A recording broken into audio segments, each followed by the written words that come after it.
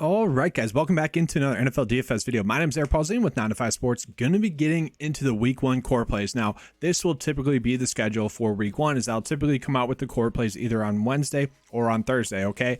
I did already kind of come out with some of the plays that I'm going to be on for the week. A lot of you guys have probably already seen those videos. This is just going to be confirming some plays or just like locking in some plays, like the thought process for this week, okay?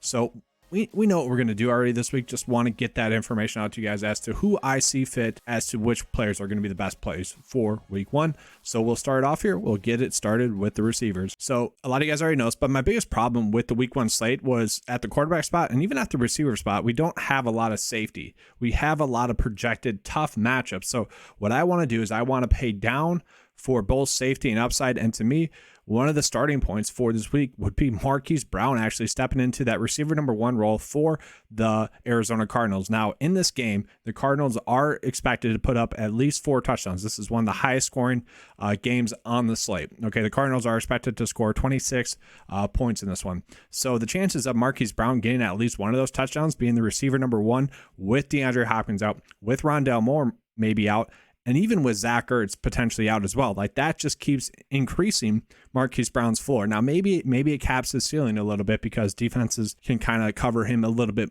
better, I guess. You know, they're not spreading the defense out thin. But Marquise Brown stepping into kind of the Christian Kirk role, I guess, if you will. The targets are going to be there for him like they were last year, or his whole career, I guess, in Baltimore, but especially last year. Like, I don't see these targets of him getting 8, 6, 7 targets. I don't think those are going to go away, okay? So I think he's going to have a nice safe floor of about 12 DK points, and if he scores a touchdown, can easily get to 20 DK points in one of the highest scoring games on the slate. That is just something I do want to attack. He should be safe, should provide you some upside as well. And then we get down lower. You guys probably already know this, but I just love Christian Kirk on the slate as well. Obviously, coming from the Cardinals, the Jacksonville Jaguars paid him to be the receiver number one. Okay, they kind of changed the receiver landscape in the NFL with Christian Kirk. They love him there. And I've touched on Christian Kirk a lot already. So those of you that have already seen a bunch of these videos are going to be like, yes, we know why you love Christian Kirk. But for those of you that haven't, Christian Kirk should get targeted a ton. Okay, his role last year for the Cardinals, like, it shouldn't change that much with the Jaguars. He should still get targeted a ton. He should still have a nice safe floor.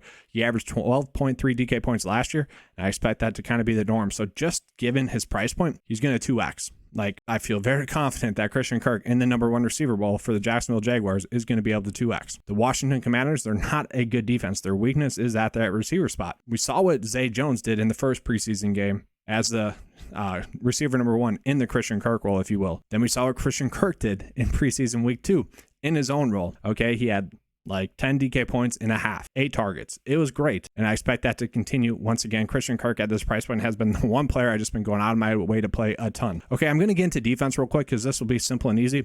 So I really do like the Chicago Bears, and my strategy with defense is find the lowest price defense you can possible that is not going to go negative, okay? Because defense is hard to predict, okay? You get one defense getting a touchdown and it kind of ruins your whole slate. And I just love the idea of paying down 1,000 to 1,500 from the top defense and going with a defense like this where you can afford to pay up for maybe Jonathan Taylor instead. You know, I like that thought process a lot better.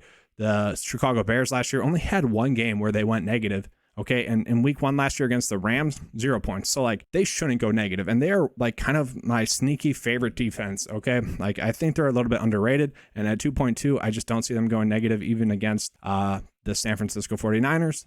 And I will say the Detroit Lions going against Philly, like, I could see them being a solid defense this year. Now, last year, they had 3 games that went under negative points scored, or that scored negative points. And Philly was one of them. So that's kind of why I've been leaning more towards Chicago. But if I have to, if there's like a lineup that I just love so much, if I can just fit in like this certain player, but I have to pay down at defense instead of going with Chicago, like the lineup doesn't work, I'm fine going with the Lions. Okay. So from there, we're going to get into tight end. Once again, this is pretty simple for me. So I just don't get the price point of TJ Hockenson and Dallas Goedert. Now, TJ Hockenson, I think, is a little bit safer than Dallas Goedert. They're going against each other. You look at what both of them did last year in this matchup. TJ Hockenson had 18.9 DK points. He had a super safe floor throughout the end stretch of the season. And I just expect that to continue. The targets should be there for him in this one, like 6 to 7 targets. He should be able to get to 10 DK points. He should be able to 2x very easily for you. Then I also do like Dallas Goedert in that same game as well. I think he's going to be a little bit more hit or miss, but I think like 10 DK points to 20 DK points is not out of the question for him. It really just depends if he's going to get some touchdowns or not. He only had 4 touchdowns last year. If that number bumps up to like 8, which it easily could, we could see Dallas Goedert having a much better season. Last year against the Detroit Lions, he had 13.2 DK points. So I do really like Dallas Goedert. I've kind of been defaulting to Goedert unless I can afford to pay it for TJ Hawkinson. Now getting into the quarterbacks for this one, the quarterbacks are difficult, okay? Because like Patrick Mahomes, yes, he's probably going to do well, but new weapons, just how well will he do? We're not sure. Justin Herbert going against the Las Vegas Raiders, yeah, sure, that should be a very strong play. He should be able to get to 20 DK points. Lamar Jackson should be able to get there as well. But with Rashad Bateman as their new number 1, James Prochet has been banged up. Devin Duvernay, really not that good of players as a whole. Mark Andrews is there.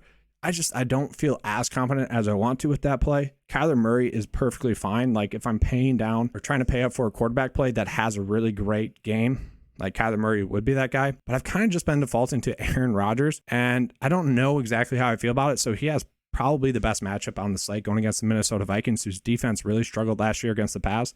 They didn't really do anything to improve it. They tried to, but it doesn't seem like they improved their defense at all. So looking at what he did last year against the Vikings, he had 36 DK points in one game, and then he also had 20 DK points in one game. I think like 20 DK points is going to be there for him. Now, one of the receiver plays value-wise that I don't mind is actually Randall Cobb, and that's you guys have already touched on this, or I've already touched on this a decent amount. Like Randall Cobb as price point makes a lot of sense, but given the fact that Allen Robinson still hasn't practiced in over a week, like that just makes me like Randall Cobb a little bit more, just because he should be able to hit value at this price point. 3.4 for Cobb is just appealing to me. Given the fact that Allen Lazard might not be there, look at his pass catching options. The only player that he's played with or gotten quality reps with over the past year would be Randall Cobb. Devontae Adams is not there.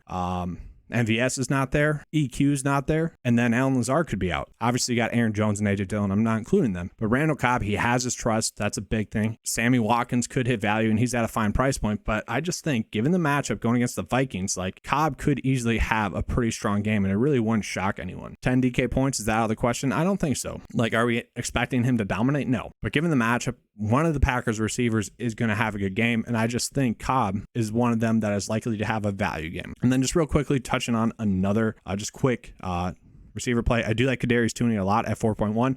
The New York Giants receiver number 1. He's able to get open at will pretty much. It does seem like he's going to be healthy and active. I've seen some of the clips on Twitter. He seems fine. He seems good to go. 4.1 would be a great price point for him as well. Not exactly sure I want to give him the core tag, but he's just an elite value. And then just touching on it, I do really like Trevor Lawrence on this slate. Trevor Lawrence going against the Washington Commanders, one of the worst, if not the worst, pass defenses last year, and they're not expected to get too much better. And really with Trevor Lawrence, I've kind of been giving him a pass, especially after their bye week, because prior to his bye week, he had 4 really quality games, especially given this price point. If he gives us 17 DK points at this price point, I will take it, especially when one of those touchdowns goes to Christian Kirk. We'll love that for sure.